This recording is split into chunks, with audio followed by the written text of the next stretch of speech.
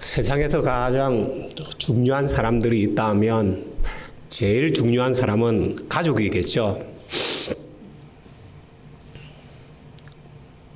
육신의 가족들은 우리 부모님으로부터 피를 나눈 그런 가족들인데, 그 육신의 가족들은 우리가 이 세상에 사는 날 동안만 중요합니다. 그런데 정말 중요한 가족은 앞으로 영원히 살아갈 하나님 안에서의 하나님의 자녀들의 모임인 형제자매들인 가정이라는 것입니다. 우리 앞뒤 좌우로 보시면서 서로 인사 나누시기를 바랍니다. 주님의 이름으로 사랑합니다. 주님의 이름으로 축복합니다. 앞으로 영원히 함께 살아갈 우리 하나님 안에서의 진짜 하나님 안에서의 가족들인 줄 믿습니다.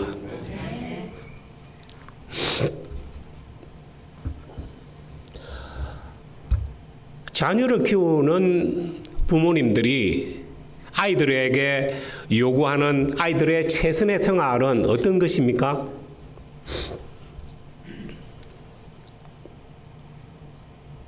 아이들이 자기들을 향한 부모님의 요구가 무엇인지 알고 자발적으로 부모님의 마음에 꼭 맞게 행동하는 것이 아닐까요?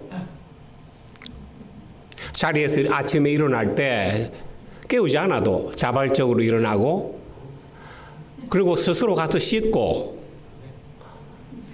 학교 다녀와서는 시키지 않아도 자기가 해야 할 숙제 다 하고 씻고, 그리고 자기 방 자기가 치우면서 때로는 부모님을 돕는 그런 자녀들의 모습이 아닐까요? 그리고 좀 더 덧붙인다면 부모님에게 그 자녀를 향한 그런 꿈이 있다면 그 장래 미래의 그런 자녀를 향한 그런 꿈이 자녀도 똑같은 그런 꿈을 가지고서 살아간다면 금상첨화겠지요.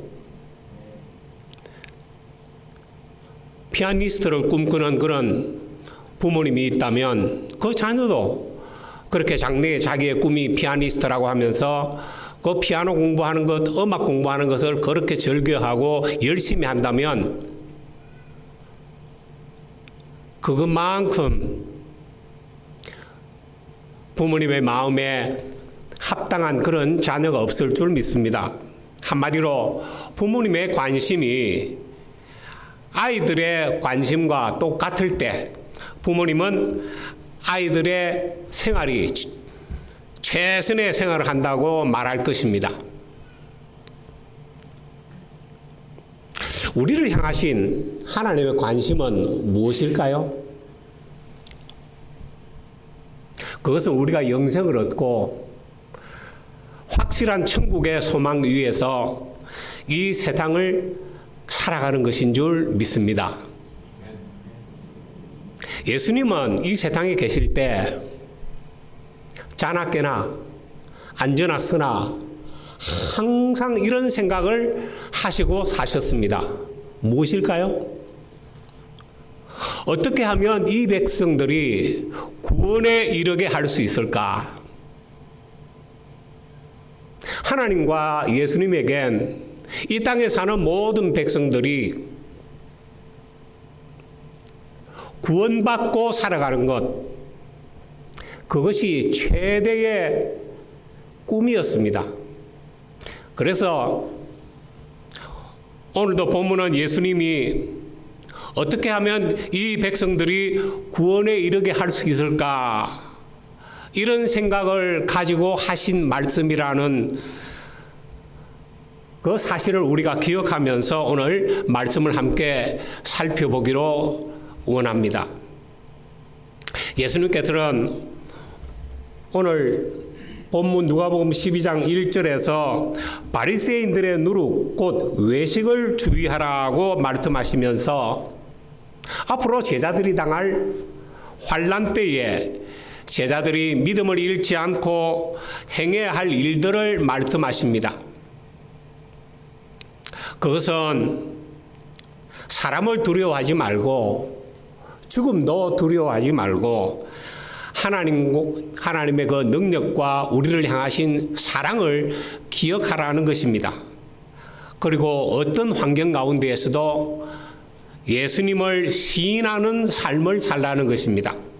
그리고 성령을 소멸치 말고 성령에 의지하면서 살아가는 삶을 살라는 것입니다. 삼위일체 하나님의 관심은 우리가 어떤 환경 가운데에서도 천국의 소망을 두면서 이 세상에 마음을 빼앗기지 않는 것입니다. 믿음 잃지 않고 구원 잃지 않고 살아가는 것입니다.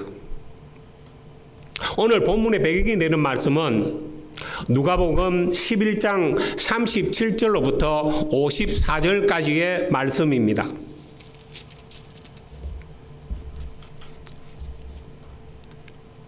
어떤 바리새인이 예수님을 점심 식사에 초대를 했습니다. 37절에 보면 예수께서 말씀하실 때에 한 바리새인이 자기와 함께 점심 잡수시기를 청함으로 들어가 앉으셨더니, 한 바리새인이 예수님을 청해서 점심을 함께 드시자고 초청을 했습니다. 그때 그 자리에 함께 가서 자리에 앉으시면서 예수님이 어떤 생각을 하셨을까요? 어떻게 하면 이 백성들이 구원에 이르게 할 수 있을까? 여러분, 성경을 보시다가 예수님의 행적이나 예수님의 말씀이 나올 때에 언제나 염두에 두실 것은 그때 예수님은 무슨 생각을 하고 계실까 하는 것입니다. 예수님은 늘 이 백성들이 어떻게 하면 구원을 얻고 구원받은 삶을 살 수 있을까? 온통 그 생각밖에 없었습니다. 38절에 보니까 잡수시기 전에 손 씻지 아니하심을 그 바리새인이 보고 이상히 여기는지라.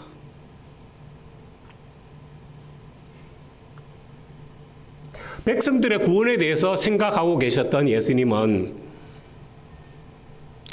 유대인들의 지도자인 바리새인들이 그들의 외식하는 행동으로 인해서 백성들이 그 구원의 길을 가로막고 있다고 늘 생각하셨습니다.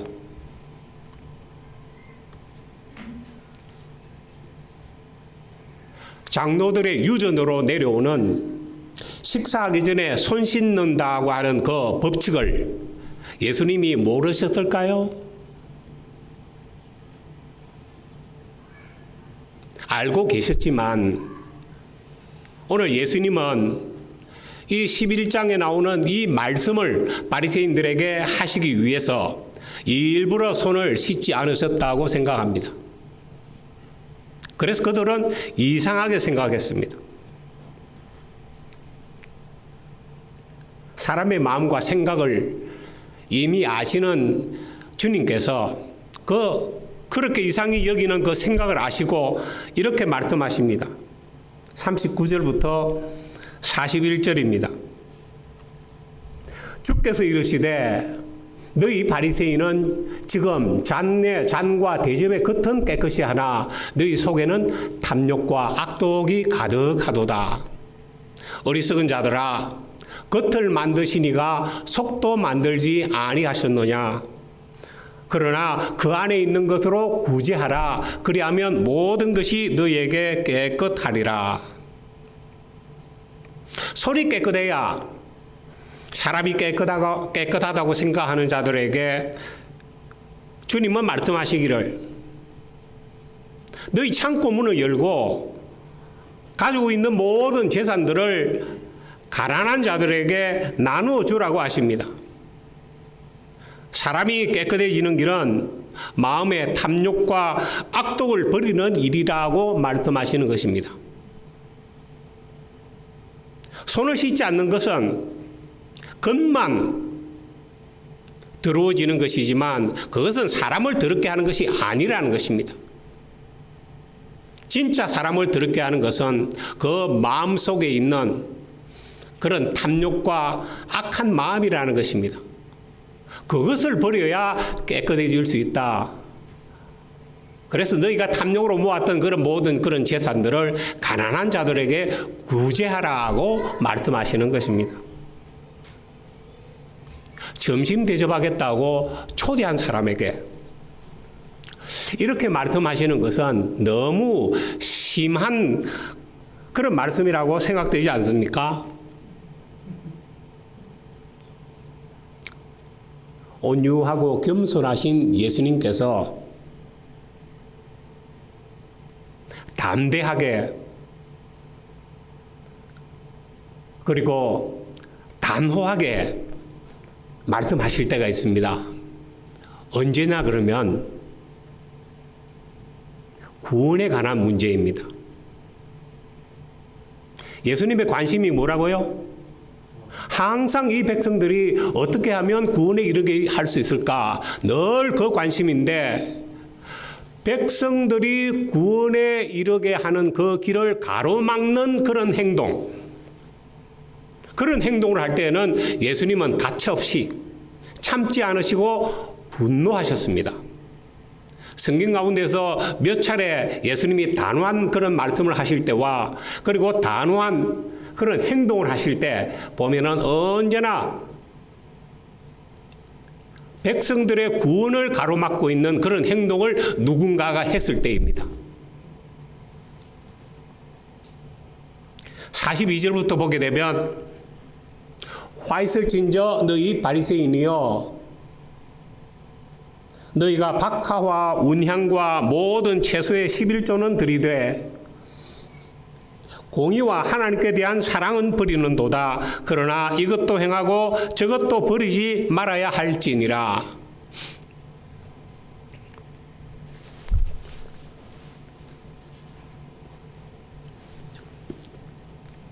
박하와 운향과 채소라고 하는 것은 음식에 첨가하는 그런 향신료들입니다.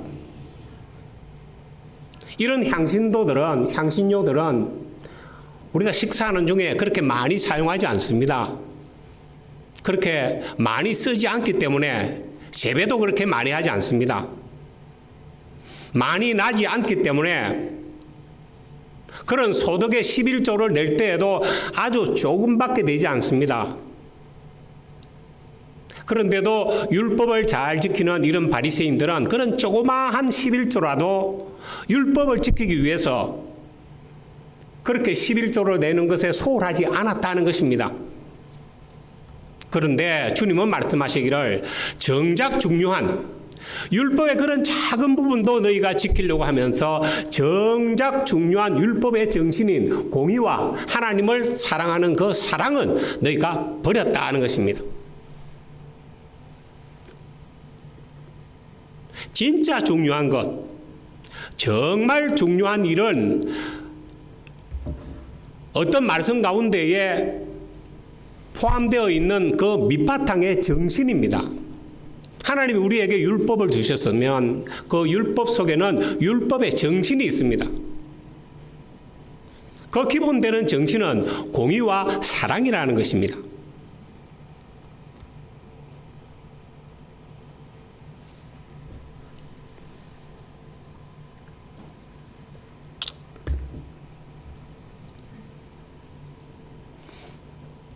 그래서 오늘 그 진짜 정신은 버리고 겉만 살피는 그런 바리새인들을 향해서 주님은 분노하신 것입니다.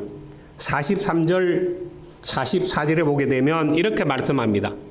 화 있을진저 너희 바리새인이여 너희가 회당의 높은 자리와 시장에서 문안받는 것을 기뻐하는도다. 화 있을진저 너희여 너희는 평토장한 무덤 같아서 그 위를 밟는 사람이 알지 못하느니라. 바리새인들은 회당에서나 세상에서나 사람들에게 문안받고 인사받고 존경받기를 좋아했습니다. 그걸 절교했습니다. 그런데 주님은 그들이 평토장한 무덤 같다라고 말씀하십니다. 당시에 보통의 무덤은, 정상적인 무덤은 굴을 파고 그 굴 속에다가 시체를 장례 지내는 것입니다. 그런데 죄를 짓고 죽은 사람은 그냥 땅에다가 봉분 없이 평토장을 하고 묻었습니다. 그런데 무덤은 정결하지 못한 것이기 때문에 사람들이 그 위를 밟지 아니하도록 횟가루를 뿌려서 하얗게 이렇게 뿌려서 표를 해두었습니다. 그런데 세월이 지나게 되면 그 횟가루가 색깔이 바래져서 일반 흙과 일반 땅과 모양이 다를 바가 없게 됩니다. 그러면 사람들이 모르고 그 평토장한 무덤을 밟게 됩니다. 율법에 보게 되면 무덤에 접촉한 사람은 7일 동안 부정하다라고 기록되어 있습니다. 종교 지도자인 바리새인들은 이렇게 속은 썩고 부패했으면서도 겉은 아무렇지도 않은 것처럼 가장하여 다른 백성들을 부지불식간에 부정하게 만드는 평토장한 무덤과 같은 존재라고 말씀하신 것입니다. 얼마나 큰 욕인지 모릅니다. 옆에서 듣고 있던 율법 교사가 이렇게 말합니다. 11장 45절입니다. 한 율법 교사가 예수께 대답하여 이르되 선생님 이렇게 말씀하시니 우리까지 모욕하심이니이다. 옆에 같이 있던 그 율법 교사들이 이 말씀이 자기들에게 찔림이 되었죠. 그래서 예수님께 이런 말씀을 합니다. 그러나 그 율법 교사들에게 주님께서 쏟아내듯이 말씀하십니다. 46절입니다. 이르시되 화 있을진저 또 너희 율법 교사여 지기 어려운 짐을 사람에게 지우고 너희는 한 손가락도 이 짐에 대지 않는도다. 자기들은 제대로 율법을 지키지 않으면서 사람들에게는 지키기 어려운 그런 율법을 지키라고 가르치는 것을 질타하신 것입니다. 그리고 47절 이하에서 말씀하십니다. 화 있을진저 너희는 선지자들의 무덤을 만드는도다. 그들을 죽인 자도 너희 조상들이로다. 이와 같이 그들은 죽이고 너희는 무덤을 만드니 너희가 너희 조상의 행한 일에 증인이 되어 옳게 여기는도다. 그러므로 하나님의 지혜가 일렀으되 내가 선지자와 사도들을 그들에게 보내리니 그 중에서 들으는 죽이며 또 박해하리라 하였느니라. 창세 이후로 흘린 모든 선지자의 피를 이 세대가 담당하되 곧 아벨의 피로부터 제단과 성전 사이에서 죽임을 당한 사가랴의 피까지 하리라. 내가 너희에게 이르노니 과연 이 세대가 담당하리라. 화 있을진저 너희 율법 교사여 너희가 지식의 열쇠를 가져가서 너희도 들어가지 않고 또 들어가고자 하는 자도 막았느니라 하시니라. 말씀대로 살지 않는 종교 지도자들은 지식의 열쇠, 즉 천국의 열쇠를 가져가서 자기도 천국에 들어가지 않고 천국에 들어가고자 하는 자도 막는 자들이라는 것입니다. 오늘 바리새인들과 서기관들에게 하신 이 주님의 말씀은 오늘날 저 같은 목회자나 교회 지도자들에게 주신 말씀인 줄 믿습니다. 새겨들어야 할 말씀이고 가슴을 서늘하게 하는 말씀입니다. 예수님의 책망을 들을 때에 사람들은 대체로 두 가지로 반응합니다. 하나는 겸손히 자기를 돌아보고 회개하며 삶을 재정립하는 사람들입니다. 다른 하나는 반발하면서 도리어 예수님을 책잡고 죽이려는 사람들입니다. 서기관과 바리새인들은 바로 이 후자였습니다. 53절, 54절에 보면 거기서 나오실 때에 서기관과 바리새인들이 거세게 달려들어 여러 가지 일을 따져 묻고 그 입에서 나오는 말을 책잡고자 하여 노리고 있더라고 했습니다. 그동안에 수많은 군중들이 모였습니다. 그 속에는 바리새인들과 서기관들과 그리고 제자들이 있었습니다. 예수님께서 먼저 그 제자들에게 말씀하십니다. 12장 1절입니다. 그동안에 무리 수만 명이 모여 서로 밟힐 만큼 되었더니 예수께서 먼저 제자들에게 말씀하여 이르시되 바리새인들의 누룩 곧 외식을 주의하라. 우리가 신앙생활 할 때 가장 마음을 써서 주의해야 할 점이 있습니다. 그것은 외식입니다. 외식은 헬라어 원어로 휘포크러시스라고 합니다.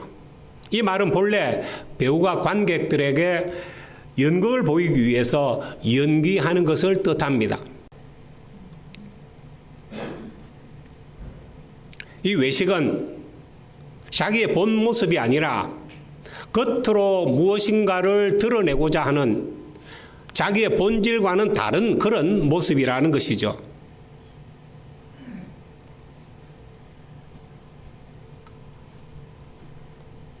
보통 사람들이 자기를 깨끗이 하기 위해서 손을 씻는데 바리새인들은 손 씻지 않고 식사하는 예수님을 더럽다고 생각했습니다.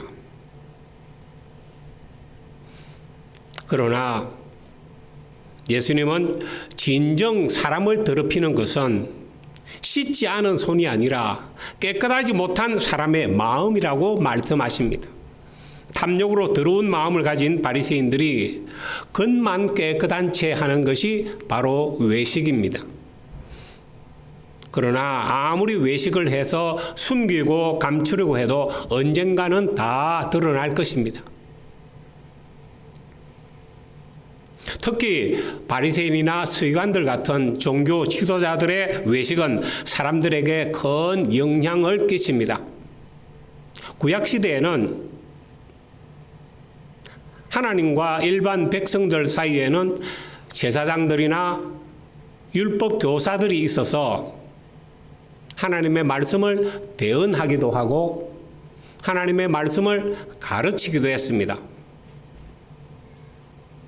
그래서 그 하나님의 말씀이나 하나님이 원하시는 그런 일들이 이런 종교 지도자들을 통해서 백성들에게 전해질 때 이 종교 지도자들의 말이나 행동이 잘못되면 하나님의 원뜻이 왜곡되어서 잘못되게 마련입니다. 하나님의 최고의 관심이 무엇이라고요? 모든 백성들이 구원에 이르는 것입니다. 구약시대의 그 종교 지도자들은 이 일을 담당을 했는데 그들이 하나님의 뜻을 제대로 행하지 못한다면 그 백성들도 제대로 구원받지 못한다는 것입니다. 그들은 천국의 열쇠를 가졌습니다. 만일 그들의 은행과 가르침이 잘못되었다면 그들 자신도 천국에 들어가지 않고 천국에 들어가려는 사람들도 막아서서 못 들어가게 하게 되는 것입니다. 하나님의 말씀은 하나님의 백성들에게 언제나 경건한 삶을 요구합니다. 바리새인과 서기관들은 겉으로는 경건한 그런 삶의 모습이 있었지만 실제 삶은 탐욕이 가득한 겉과 속이 다른 외식하는 사람이었습니다. 진정한 경건이란 어떤 것입니까? 야고보서 1장 27절은 이렇게 말씀합니다. 하나님 아버지 앞에서 정결하고 더러움이 없는 경건은 곧 고아와 과부를 그 환난 중에 돌보고 또 자기를 지켜 새 속에 물들지 아니하는 그것이니라. 거룩이란, 경건이란, 더러움이 없는 그런 경건은 사랑하는 마음을 가지는 것입니다. 그래서 고아나 과부나 그런 불쌍한 사람들을 그 환난 중에서 돌아보는 것입니다. 그리고 자기를 지켜서 세 속에 물들지 아니하는 것입니다. 그것이 진정한 경건이고 진정한 정결, 깨끗함, 거룩함이라는 것입니다. 그래서 진정한 경건이란 입술로만 하는 것이 아닙니다. 따뜻한 마음을 가지고 선을 베풀면서 세 속에 물들지 않는 것입니다. 그래서 지도자의 역할은 참으로 중요합니다.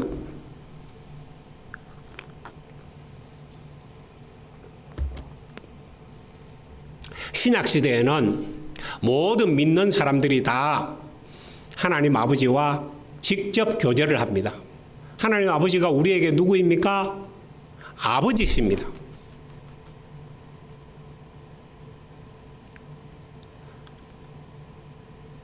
아버지와 자녀라고 하는 사이는 직접 교제하는 사이입니다. 자녀가 아버지에게, 어머니에게 얘기할 때에 누군가 다른 사람을 중간에 내세워서 이렇게 얘기하지 않습니다. 그래서 신약시대에는 우리 모든 하나님의 백성들이, 하나님의 자녀들이 그 아버지와 직접 교제를 합니다. 그럼에도 불구하고 교회의 지도자들은 참으로 중요합니다.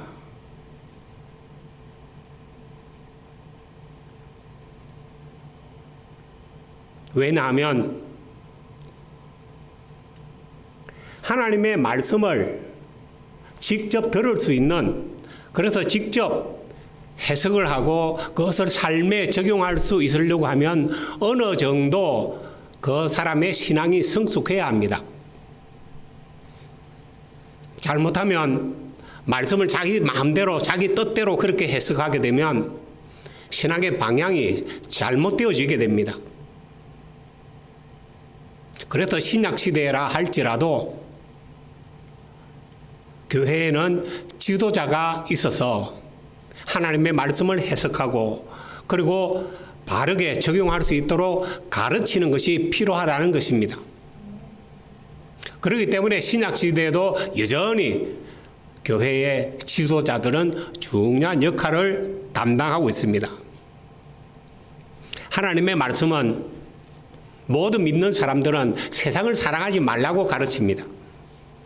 만일 지도자 자신이 재물을 사랑하고 명예를 좋아하고 그리고 세상을 사랑한다면 어떻게 다른 사람들에게 세속에 물들지 말라고 가르칠 수 있겠습니까? 지도자 자신이 이 세상에서 육신의 죽음을 두려워하면서 어떻게 다른 사람들에게 영원한 천국을 소망하면서 죽음을 두려워하지 말고 살아가라고 권면할 수 있겠습니까? 바리새인들과 서기관들은 자신들은 하나님의 말씀대로 살지 않으면서 사람들에게는 존경받기를 원하는 위선적인 삶을 살았으므로 그들이 많은 하나님의 백성들이 구원받는 길을 가로막고 있었기 때문에 예수님으로부터 심한 질책을 받은 것입니다. 예수님의 책망을 들은 바리새인들과 서기관들은 자기를 돌아보고 회개하는 것이 아니라 도리어 예수님을 비방하고 그리고 핍박했습니다. 예수님을 핍박한 저들이 앞으로 예수님이 이 땅을 떠나고 난 뒤에 제자들도 핍박하고 박해하고 그렇게 할 것이라고 하는 사실을 예수님은 이미 아셨습니다. 그래서 앞으로 제자들이 핍박당하며 환난당할 때를 위해서 오늘 본문 말씀을 제자들에게 주신 것입니다. 어떤 마음을 가지고 이 말씀을 주셨다고요? 어떻게 하면 이 백성들이 구원에 이르게 할 수 있을까? 온통 주님의 마음은 이 땅에 계시는 동안에 늘 이것 외에 더 중요한 것이 없었습니다. 어떻게 하면 이 백성들이 구원에 이르게 할 수 있을까? 앞으로 환난 당할 때 저런 종교 지도자들이 교회를 핍박하고 제자들을 핍박할 때에 어떻게 믿음 잃지 않고 구원을 지키면서 신앙생활을 해나갈 수 있을까? 예수님은 온통 그 생각이셨습니다. 그래서 가장 먼저 하신 말씀이 몸을 죽이고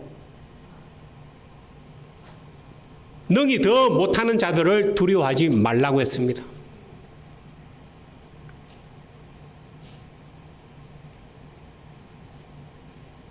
그런 사람들을 두려워하지 말고 몸을 죽이는 자들, 그런 죽이는 자들은 두려워하지 말라. 그 얘기는 무엇입니까? 죽음을 두려워하지 말라는 것입니다. 진짜 두려워할 사람은 몸을 죽인 후에 지옥에 던져 넣는 그런 권세 있는 분을 두려워하라. 몸을 죽이고 지옥에 던져 넣는 권세 있는 분이 누구십니까? 오직 하나님 한 분이십니다.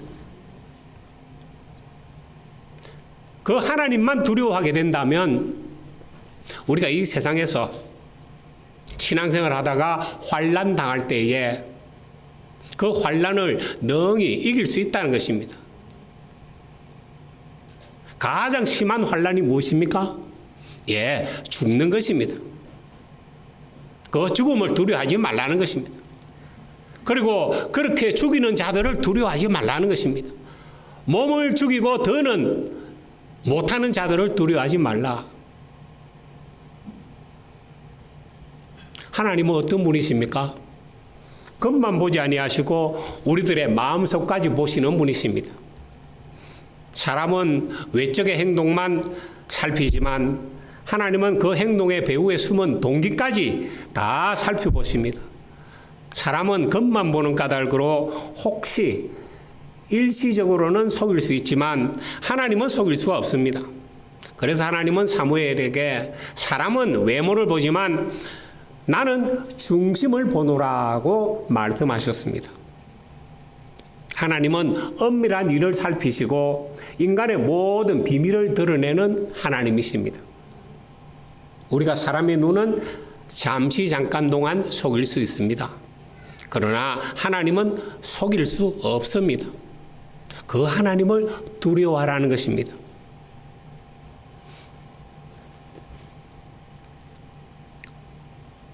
다윗은 하나님께서 내 마음에 합한 자라고 말씀하셨습니다.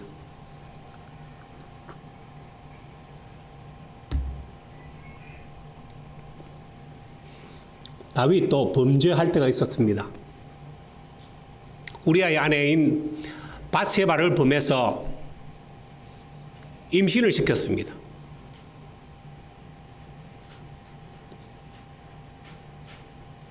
그런데 그 밧세바의 남편 되는 우리아는 집에 없고 전쟁에 나가 있는 것을 모든 사람들이 다 알았습니다.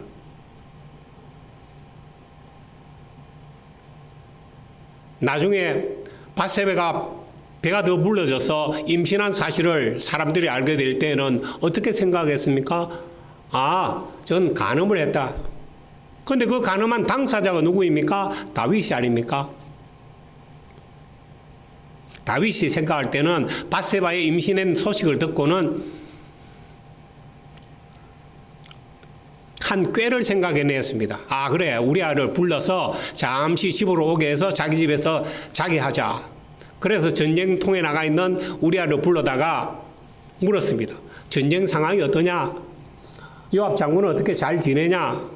그리고 어떤 군대들은 어떠냐? 이렇게 묻고 난 뒤에 그래, 집에 가서 푹 쉬거라 라고 하면서 그 뒤로다 아주 맛있는 음식과 술을 보내서 이렇게 보냈습니다.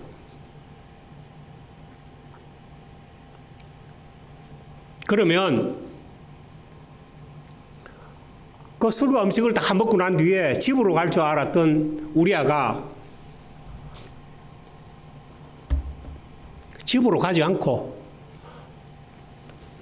성 안에 있는 성문 앞에 있는 그런 군인들이 함께 있는 그런 숙소에서 자고 안 들어간다고 하는 소식을 다윗이 듣게 되었습니다.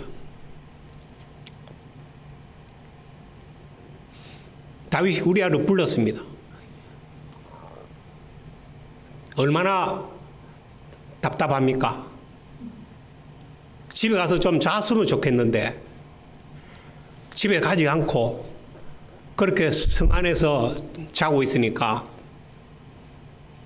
네가 왜 집에 들어가지 않았냐 이렇게 물었습니다. 그랬더니 우리아의 대답이 사무엘하 11장 11절 말씀입니다. 우리아가 다윗에게 이르되 언약궤와 이스라엘과 유다가 야영 중에 있고 내 주 요압과 내 왕의 부하들이 바깥들에 진치고 있거늘 내가 어찌 내 집으로 가서 먹고 마시고 내 처와 같이 자리이까? 내가 이 일을 행하지 아니하기로 왕의 살아계심과 왕의 혼의 살아계심을 두고 맹세하나이다. 진짜 답답한 사람입니다.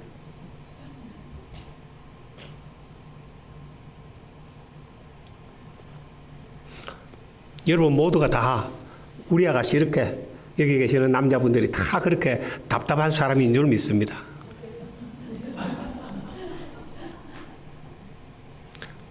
그런데 그렇게 하면 오래 살지를 못해요.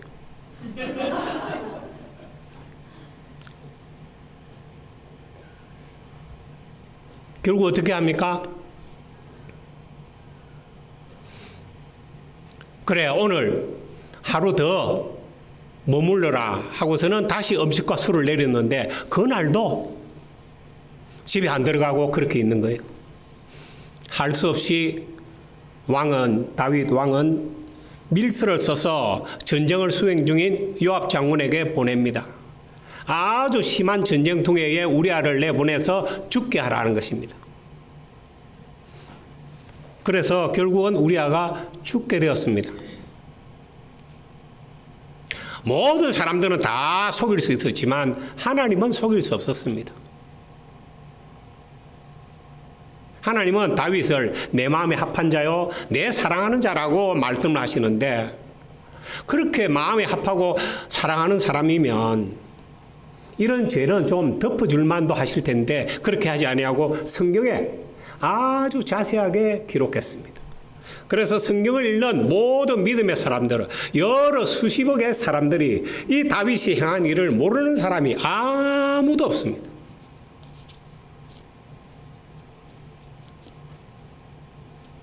하나님은 다윗을 지극히 사랑하시지만 그 죄는 조그마한 죄라도 숨겨두지 아니하신다는 사실입니다.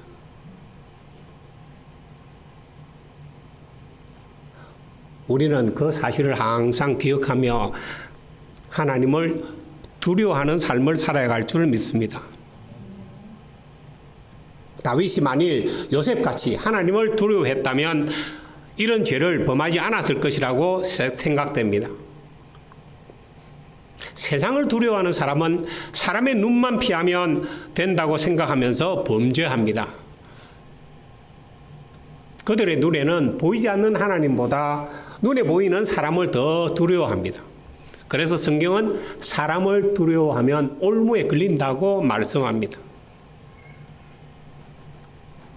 하나님을 잘 알지 못하는 사람은 하나님을 그냥 두려움의 대상으로만 보지만 그렇지만 그 하나님은 진정 우리를 사랑하시는 그런 자비의 하나님이십니다. 온 세상을 다스리시는 그분은 참새 한 마리도 떨어지는 것까지도 다 관여하십니다. 참새도 그렇게 살피시는 하나님께서 하나님의 자녀된 우리들을 하나님이 어떻게 보살피지 않으실 수 있겠습니까? 어떻게 사랑하지 않으실 수 있겠습니까? 우리가 환난 당할 때에 언제나 그 하나님을 기억하라는 것입니다. 때로 사람들이 삶을 살아가다가 좌절하거나 실망할 때에는 이런 생각을 가집니다. 이 많고 많은 사람들 70억이 넘는 사람 가운데에 하나님이 나를 기억하실까? 70억까지 많은 사람 중에 나는 보잘것없는 하나라고 생각하기가 쉽습니다. 그러나 하나님은 그렇게 생각지 않습니다. 70억까지 많은 사람이라도 너는 그 70억 중에서 하나밖에 없는 귀한 존재라고 하나님은 생각하신다는 것입니다. 때로 우리가 삶에 좌절할 때에, 낙심할 때에 하나님이 나를 어떻게 생각하신다고요? 그 많은 사람 가운데에 하나밖에 없는 존재, 그렇게 귀하게 생각하신다는 사실을 우리가 기억하게 되면 그런 환난도 이기고 그런 실망과 좌절 가운데에서 승리하는 삶을 살 수 있을 줄 믿습니다.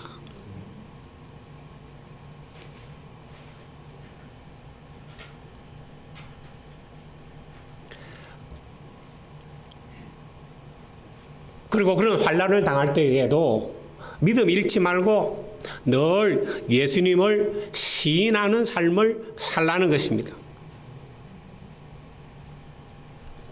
그러면 예수님을 부인하는 삶은 어떤 삶입니까? 자신이 그리스도인 것을 밝히지 않고 제자로서 헌신된 삶을 살지 않고 이 세상의 가치관을 받아들이면서 세상 사람들과 조금도 다름이 없이 살아가는 그런 사람들이 바로 예수님을 부인하는 삶인 줄 믿습니다. 이와는 반대로 도덕적이고 정직하며 하나님을 공경하는 삶을 살고 다른 이웃들과 복음을 나눌 기회를 찾으면서 어려운 이들을 돕고 정의의 편에 서서 이웃을 사랑하고 그리스도에 대한 충성을 공개적으로 인정하며 그들 자신의 욕망이 아닌 하나님의 뜻을 이루기 위해 삶과 자원을 사용하는 사람들이 예수님을 인정하면서 살아가는 사람들입니다. 바로 저와 여러분이 이렇게 예수님을 인정하는 삶을 살기로 결단한 사람인 줄 믿습니다.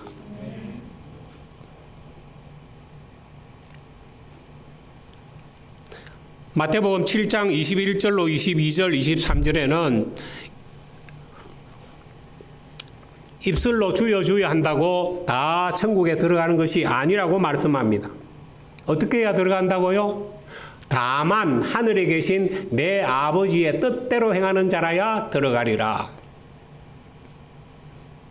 22절 23절에 보면 그날에 많은 사람들이 나더러 이르되 주여 주여 우리가 주의 이름으로 선지자 노릇하며 주의 이름으로 귀신을 쫓아내며 주의 이름으로 많은 권능을 행하지 아니하였나이까 하리니 그때에 내가 그들에게 밝히 말하되 내가 너희를 도무지 알지 못하니 불법을 행하는 자들아 내게서 떠나가라 하리라. 마지막 때에 그 심판대 앞에서 예수님께서 나는 너를 모른다라고 부인하는 사람은 입술로는 주여 주여 하지만 실제로 하나님의 뜻대로는 살지 않는 사람들이라는 사실입니다. 그렇게 해서 하나님의 뜻대로 살지 않는 사람이 바로 예수님을 부인하며 살아가는 사람들입니다. 이어서 예수님은 10절로 12절에서 성령 하나님을 경외하라고 말씀하십니다. 누구든지 말로 인자를 거역하면 사심을 받으려니와 12장 10절 말씀입니다. 성령을 모독하는 자는 사심을 받지 못하리라. 말로 인자를 거역하면 사심을 받으려니와 했습니다. 말로 예수님을 거역하면 용서받을 수 있습니다. 그런데 성령을 모독하는 자는 사심을 받지 못하리라고 했습니다. 우리가 알고 있기는 아무리 흉악한 죄라도 어떤 죄든지 용서받지 못할 죄는 없습니다. 그런데 성령을 모독하는 자는 사심을 받지 못한다고 말씀하십니다. 마가복음 3장 28절로 29절에는 이렇게 말씀합니다. 내가 진실로 너희에게 이르노니 사람의 모든 죄와 모든 모독하는 이런 사심을 얻되 누구든지 성령을 모독하는 자는 영원히 사심을 얻지 못하고 영원한 죄가 되느니라 하시니 성령을 모독하는 죄가 무엇일까요? 성령을 모독한다는 것은 성령의 역사를 거부한다는 것입니다. 성령은 하나님과 그리스도를 증언하시고 우리에게 죄를 깨닫게 하십니다.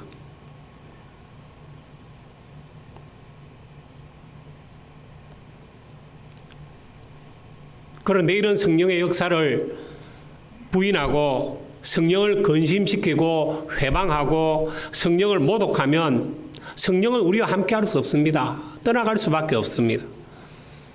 그러면 그 사람 안에서 성령은 소멸되고 맙니다. 그렇게 되면 더 이상 회개할 수 없게 됩니다. 그리고 궁극적으로는 사망에 이르게 됩니다. 그런 의미에서 성령 모독죄는 사함받지 못할 죄라는 것입니다. 성령을 모독하면 우리에게서 성령이 계시지 않기 때문에 떠나가시기 때문에 우리가 죄를 회개할 수가 없습니다.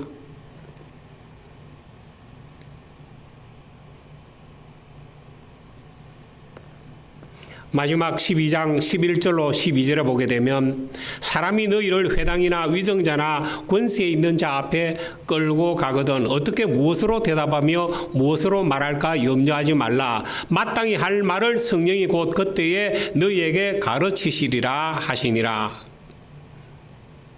믿음으로 살다가 회당이나 위정자나 권세 있는 자 앞으로 끌려갔을 때 환난 당할 때 염려하지 말라고 말씀하십니다. 성령이 너희가 두려워하는 인간의 심판대 앞에서도 너희와 함께 계셔서 너희를 인도하고 도우실 것이라고 하십니다. 말씀을 정리하고 마치겠습니다. 바리새인과 서기관들은 외식이 누룩처럼 그들의 신앙과 삶에 퍼져버렸습니다. 예수님께서는 제자들에게 그들의 외식에 빠지지 않도록 주의하라고 경고하시면서 하나님 한 분만 두려워하라고 말씀하십니다. 하나님 아버지는 능력의 심판자시며 인자와 선으로 너희를 대하시니 오직 그 하나님만 두려워하라고 말씀하십니다. 그리고 하늘 보좌에서 우리를 대언하시는 그 주님을 시인하는 삶을 살라고 말씀하십니다. 또한 성령이 영원토록 매 순간 너희와 함께 하시니 그 성령을 의지하며 살라고 말씀하십니다. 내가 어떤 모습으로 살고 있더라도 언젠가 나의 참모습은 하나님 앞에서 온전히 드러나기 마련입니다. 그러므로 언제나 하나님 앞에서 코람데오의 삶을 살아가는 하나님 앞에서 살아가는 저와 여러분이 되시기를 주님의 이름으로 축원드립니다. 다 같이 기도하십니다. 사랑과 은혜가 충만하신 하나님 아버지,